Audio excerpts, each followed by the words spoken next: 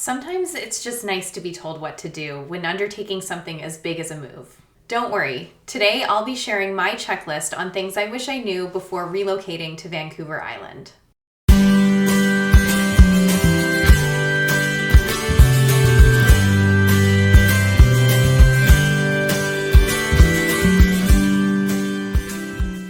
Hi, I'm Rita, and I help people relocate in and around Nanaimo on Vancouver Island. Am I new to the area? Fairly. We moved here a year ago in July. The good news is you can learn from my mistakes and use this checklist to make sure you're starting your big move on the right foot.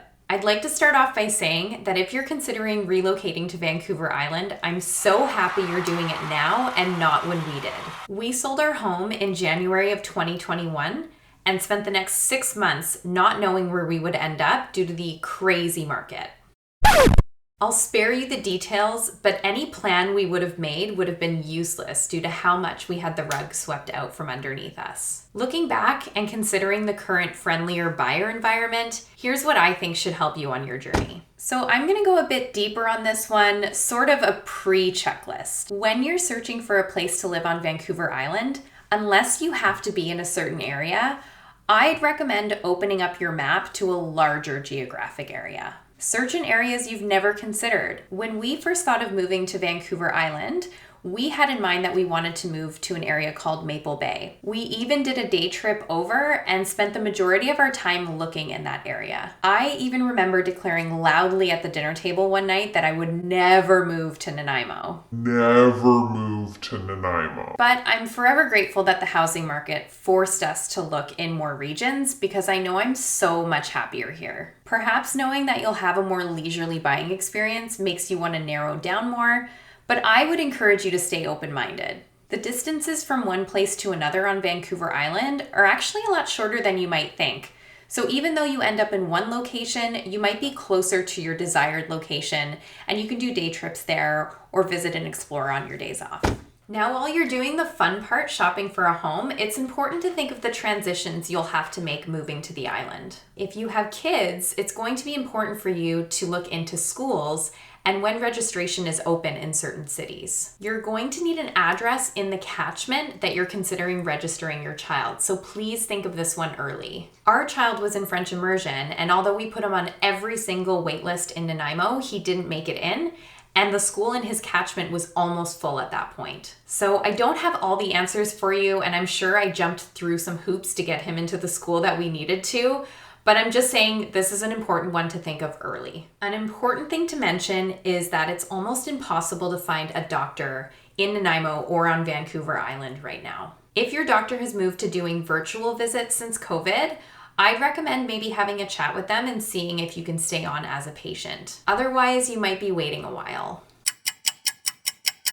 If you're moving from out of province, you'll have some additional things to consider. Think of things like setting up your BC Care cards, your BC driver's license, and also your ICBC auto insurance. On that topic, we found our insurance to be quite a bit less expensive than on the mainland, so that might be a nice perk for you. Make sure you're prepared ahead of time for any deviances from what you're used to in terms of cost and service. Some of these differences I'll be covering in a future video regarding Nanaimo's cost of living. Also, plan to have things such as utilities like cable, internet, and hydro installed on the day that you arrive. Think of your home insurance as well, and this is a good one to shop around for. Once you found your home and you know your possession date, make sure to book your mover early. This is important because they'll have to book a ferry reservation and they'll want to do that early in the day. We had a great experience with a company called One Pro Moving. They're very used to doing island moves and we would highly recommend them. Scope out some local restaurants so that you can order takeout on the day of your move.